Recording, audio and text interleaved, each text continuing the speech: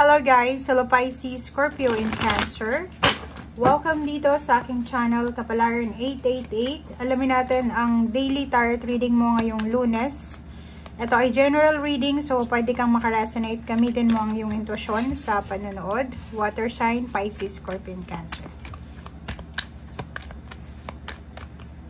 Kunin natin lahat ng energy na gustong lumabas dito sa sa reading mo. Sorry. Okay. Water sign, Pisces, Scorpio, and Cancer. Teacher, artistic expression, let go, and meditate. Okay, so meron ka ditong 4 cards. Ang nakikita natin dito is marami kang mga pinagdaanan siguro na hindi maganda sa buhay mo. Maganda or hindi maganda sa buhay mo na marami din na naging parang leksyon yun sa buhay mo. Okay? So, posibleng sa araw na ito, marami kang kailangan na pag-isipan, meditation, pag-isipan, hanapin yung clarity, hanapin yung liwanag. And after mong mahanap yung kapayapaan, let go mo na siya. Okay? So, nakikita ko sure dito na sobrang busy ka sa araw na ito, sobra kang creative, or pwedeng yung mga lessons na nakuha mo sa past issue sa buhay mo, mapa-negative man yan or positive, is parang gagawin mo siya as guide, gagawin mo siya as a stepping stone para hindi ka na ulit magkamali sa mga susunod mong galaw or actions. Okay? Comment down below if resonated ka. If may mga relationship dyan na feeling mo toxic na, feeling mo hindi na resonated kayong dalawa, let go. Let go. Let God, let it flow.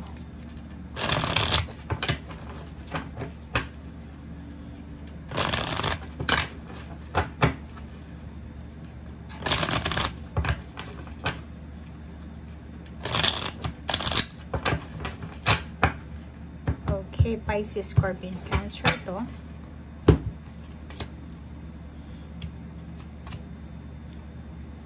Okay, mayroon ditong Pisces, Scorpion, Cancer na marami kayong choices na pinagpipilian.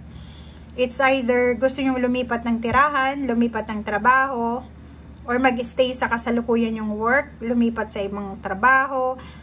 Medyo confused kayo kasi ang dami-daming choices na ino-offer ang universe sa inyo. Marami kayong pwedeng pagpilian, marami kayong pwedeng choice na pwedeng piliin kung ano man ito na nababagay sa kagustuhan nyo. Okay? Relocation, bahay, pwedeng gusto mong lumipat ang bahay, pwedeng gusto mong lumipat ang trabaho, mag-travel, parang ganun. Okay. Okay. So, yung iba naman sa inyo dito, sobra-sobra yung pasasalamat nyo sa Panginoon, sa universe, dahil may mga pagkakataon sa buhay mo sa nakaraan na feeling mo, gusto mo nang sumuko, especially yung Cancer and Scorpio, na siguro may mga pagkakataon sa buhay nyo na feeling nyo, kailangan nyo nang isuko yung pangarap nyo, i-give up nyo na kung ano yung gusto nyo sa buhay. But dahil sa pagpupursige nyo, dahil sa pasensya, dahil sa motivation nyo, dahil sa prayers, dahil sa lakas loob, itinuloy nyo kung ano yung nasa sa isip nyo or kung ano yung plano nyo. And dahil dyan, maraming pagbabagong magaganap sa buhay mo na pwedeng magdala ng abundance and prosperity. Ang dami-dami mong ideas new ideas, new inspiration, 'di ba? Sobra kang inspired lalo na sa usaping pamilya, relasyon, trabaho. Basta sobrang inspirasyon, sobrang motivation ito na nararamdaman mo. Okay. So, sa usaping pera, sinasabi ng baraha sa'yo dito na maraming tao yung nanloko sa'yo or marami kang tinulungan pero ang ibinalik sa'yo is sama ng loob. Dito sa meditation card na to, sinasabi ng baraha na yung mga taong gumawa sa'yo ng ganyan ay parang ipinagsa-Diyos mo na lang kasi wala ka namang control Wala tayong control. Kahit tulungan mo yung mga tao, nasa kanila yon kung ibabalik nila yon ng maganda sa'yo or ibabackstab ka nila or lalaitin ka nila or sisiraan ka nila. Which is, kung iisipin mo, wala kang obligasyon sa kanilang tulungan sila. Okay? Mapapamilya mo man yan or kapatid, lalo na kung kapatid lang, 'di ba? Kasi hindi mo obligasyon Hindi mo naman sila anak.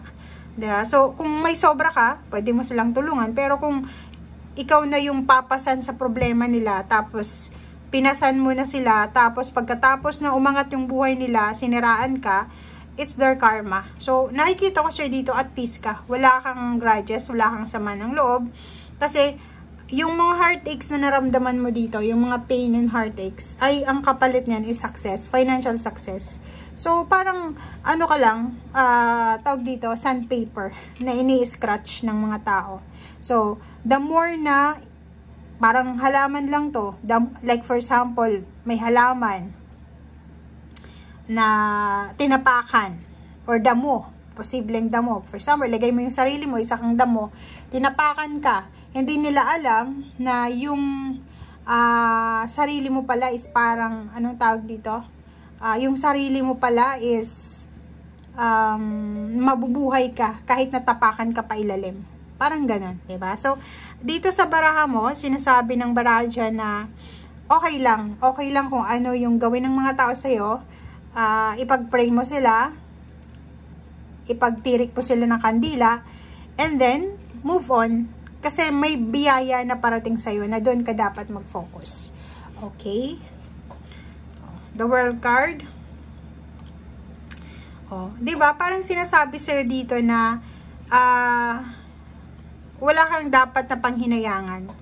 Lahat ng hindi nangyaring maganda sa buhay mo, hindi mo dapat pinanghinayangan. May mga tao kang na-encounter, nakilala, nakasama na feeling mo, hindi mo deserve na maging parte ng buhay nila. Pero, yung sitwasyon na yon is, alam mo ba na lahat ng nangyari sa buhay mo may dahilan? May tinuturo sa'yo ang Panginoon doon eh. Diba? Like, yung mga taong nakakasama natin na sobrang mababait, sobrang generous, understanding, ang tinuturo sa atin ng Panginoon na tularan natin sila. Pero yung mga taong masasama ang ugali, tinulungan mo na, pero ang ibinalik sa'yo is pang tatraidor, pang babackstab, tinuturo sa atin ng Panginoon na wag natin silang gayahin. Diba? Kasi yung mga taong ganyan, kahit anong trabaho nila, kahit anong kilos nila, wala silang asenso. Parang, kung naniniwala ka sa karma, kasi dito yung karma, diba? Sinasabi ng baraha, hindi ka dapat nangihinayang, diba? Hindi ka dapat nangihinayang sa mga actions na ginawa mo. Bahala ng Panginoon dyan. Diba? Bahala na yung karma. Four of Emperor, nawala tuloy ako. Emperor, sinasabi ng baraha sa'yo dito, water sign na, ikaw yung may power sa sarili mo eh.